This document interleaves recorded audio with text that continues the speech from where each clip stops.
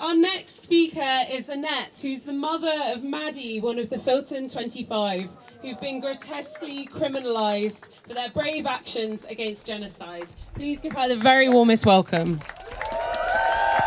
Hiya. So, as you've just heard, I'm Annette and I'm Maddie's mum. Maddie is alleged to be connected to an action here 2 years ago. And I say alleged because they are today in the Old Bailey fighting for their freedom.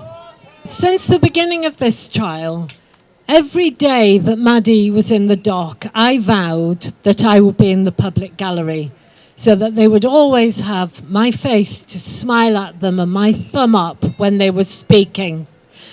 And I'm not there today, and Maddie is indeed in the dock. But actually, I feel closer to them than ever being here, because I am here to speak up for a cause that is the most important thing to Maddie, and it's why she's why they are where they are. And I'm proud because what they did was they disrupted the flow of arms to a genocide.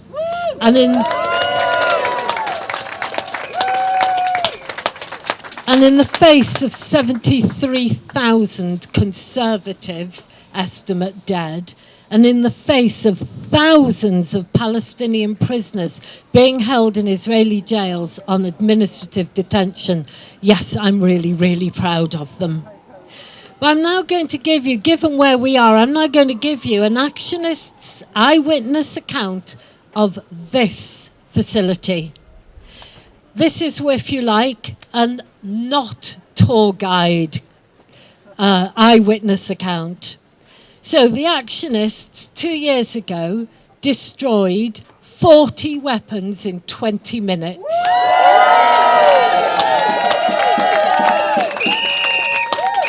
With their own eyes, they saw drones lined up in their boxes ready to be shipped to Israel.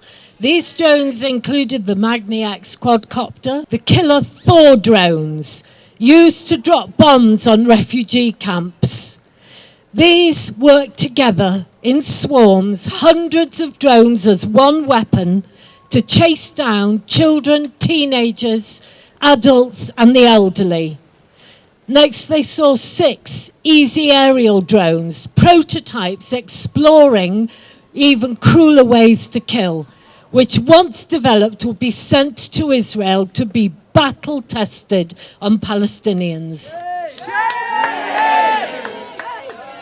This company, Elbit Systems, boasts that their weapons are used in every major Israeli operation. So not only are they used to hunt down and murder journalists, not only are they used to pick off the survivors of bombing strikes, not only are they used to murder parents waiting in lines for flour to feed their hungry children, but they are used to oversee the smooth operation of a genocide across the whole of the Gaza Strip. From their own words, the IOF could not operate without them. So it's right that we should be here. Right that we should be here to remind each other that despite what the mainstream media are constantly telling us, people are not indifferent and uncaring to what is happening to the Palestinian people. But Maddie and her fellow activists are fighting more than indifference in courts across Britain at the moment. They are fighting against a concerted effort to silence pro-Palestinian voices, and more than that, to choke and asphyxiate those voices. So, on their behalf, on Maddie's behalf, I will use my voice, because everything we are seeing now tells us that no matter how much has been lost in Gaza, plans are rolling on to take even more from the Palestinian people. I will use my voice to say no to the proposals of the misnomered Board of Peace, no to camps, no! No to permanent occupation. No to expanding settlements. And no to stealing the sovereignty of the Palestinian people in their own land.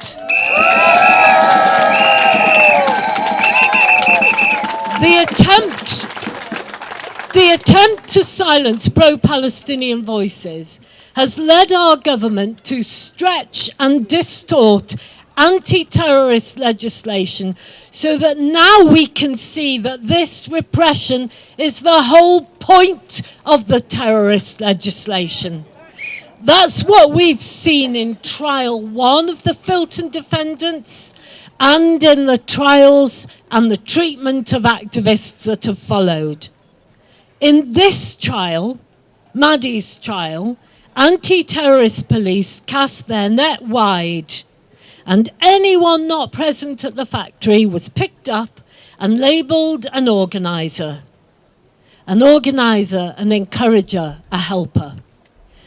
This, frankly, is to profoundly disrespect the agency and the morally compelled sacrifice of the activists who needed no encouragement to oppose a genocide.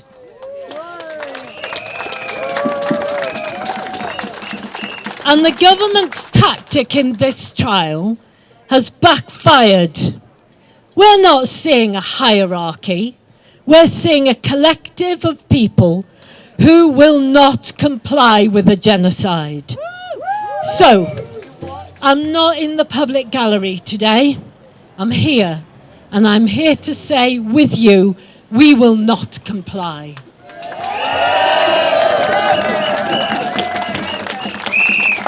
And I'm here to say we will continue to call for justice for Palestine.